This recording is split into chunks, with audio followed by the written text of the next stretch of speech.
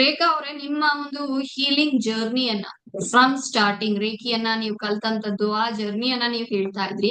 ಹಾಗೆ ಮುಂದೆ ಮುಂದೆ ಬರ್ತಾ ಮನಿ ಮಾಸ್ಟರಿ ಕೋರ್ಸ್ ಅನ್ನು ಕೂಡ ನೀವು ತಗೊಂಡಿದ್ದೀರಾ. ಏಂಜಲ್ಸ್, ರಾಜಕ್ರಿಯಾ ರೇಖಿ, ಅದೇ ರೀತಿಯಲ್ಲಿ ಟ್ಯಾರೋಟ್ ಗೈಡೆನ್ಸ್ ಅನ್ನು ನೀವು ತಗೊಳ್ತಾ ಇದ್ದೀರಾ. ಇವಾಗ ನಮ್ಮ ಗೋಲ್ಡ್ ಮೆಂಬರ್ ಕೂಡ ಹೌದು ನೀವು. ಸೊ ಇದು ಸಿಂಬಲ್. ಇದೆಲ್ಲದರ ಒಂದು ಪ್ರೋಸೆಸ್ ಬಗ್ಗೆ, ಇದೆಲ್ಲದ್ರನ್ನ ಒಟ್ಟುಗೂಡಿಸಿ ನಿಮ್ಮ ಒಂದು ಹೀಲಿಂಗ್ ಜರ್ನಿಯ ಬಗ್ಗೆ ಶೇರ್ ಮಾಡೋದಾದ್ರೆ ಏನ್ ಶೇರ್ ಮಾಡೋದಕ್ಕೆ ಇಷ್ಟಪಡ್ತೀರಾ? ಎಲ್ಲಾ ಹೀಲಿಂಗ್ ತಗೊಳ್ತಾ ತಗೊಳ್ತಾ ನಿಜ ನಾನು ಫುಲ್ ಒಂಥರ ಹೈಯರ್ ಲೆವೆಲ್ ರೀಚ್ ಆಗತ್ತಾರ ಎಷ್ಟು ಚೇಂಜಸ್ ಆಗ್ತಾ ಇದೆ ಅಂದ್ರೆ ಇವಾಗ ನಾನು ಎಷ್ಟೊಂದ್ ಕ್ಲಾಸ್ಗಳು ಬೇರೆ ಬೇರೆ ಕಲಿಯಕ್ ಶುರು ಮಾಡಿದೆ. ಹೆಲ್ತ್ ಬಗ್ಗೆನೇ ನಾನು ಜೀಬು ಸಿಂಬಲ್ಸ್ ಅದೇನ್ ವರ್ಕ್ ಆಯ್ತು ಅಂದ್ರೆ ನಾನೆಲ್ಲ ಅಫರ್ಮೇಶನ್ ಮಾಡ್ಕೊಂಡು ಬರಿತಾ ಇದ್ದೆ. ಒಂದ್ ಬುಕ್ ಇಟ್ಬಿಟ್ಟಿದೀನಿ ಬರೆಯಕ್ಕೆ, ರಂಗೋಲಿನೆಲ್ಲ ಹಾಕ್ತಿದೆ. ಅದ್ ಹೆಂಗ್ ವರ್ಕ್ ಆಯ್ತು ಅಂದ್ರೆ ಅವೆಲ್ಲ ಬಾಡಿ ಪಾರ್ಟ್ಸ್ ಹೀಲ್ ಆಗೋ ತರದೇ ಒಂದ್ ಕ್ಲಾಸ್ ಸಿಕ್ತು ನಂಗೆ, ಹೆಲ್ತ್ ಕ್ಲಾಸ್. ಹ್ಮ್ ನಾನು ತಗೊಳ್ತಾ ಇದೀನಿ ಲಾಭನ ಅದರಿಂದ. ನಾನು ಕನೆಕ್ಟ್ ಮಾಡ್ತೀನಿ ಎಲ್ಲಾ ವಿಷಯನು. ರೇಖಿಯಿಂದ ನಾನು ಏನೇನ್ ಮಾಡ್ಕೊಂಡೆ, ಅದ್ರೊಟ್ಟಿಗೆ ನನ್ಗೆ ಏನೇನ್ ಆಸೆ ಇತ್ತು ಎಲ್ಲ ತಗೊಂಡೆ ಅದ್ ಹಲ್ವಾರು.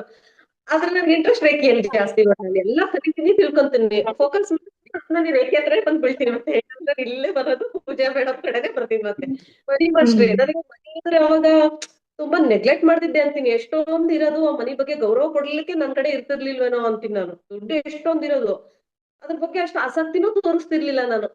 ಇವಾಗ ನನ್ಗೆ ಅದ್ರದ್ದು ವ್ಯಾಲ್ಯೂ, ಅದ್ರದ್ದು ಏನು ಅದ್ರದ್ದು ಅಂತ ಗೊತ್ತಾಗ್ತಾ ಇದೆ. ಅವಾಗ ಎಷ್ಟಿದ್ರು ಬರೀ ಎಮೋಷನಲ್ ಜಾಸ್ತಿ ನಾನು.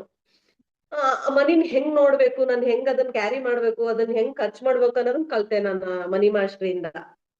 ಜಿಬು ಸಿಂಬಲ್ಸ್ ಇಂದ ಈ ತರ ವರ್ಕ್ ಮಾಡ್ಕೊಳ್ಳುವಂತಹದ್ದು. ರಾಜಕ್ರಿಯೆ ಅದು ಅಂತೂ ತುಂಬಾ ನನಗೆ ಹೆಲ್ಪ್ ಮಾಡಿದೆ. ಹೆಂಗೆ ಅಂದ್ರೆ ಪ್ರೇಯರ್ ಮಾಡಿದಾಗೆಲ್ಲ ನನ್ ಎನರ್ಜಿ ಹೈ ಆಗಿದೆ, ಅದು ಹೇಳಕ್ ಆಗ್ತಿಲ್ಲ.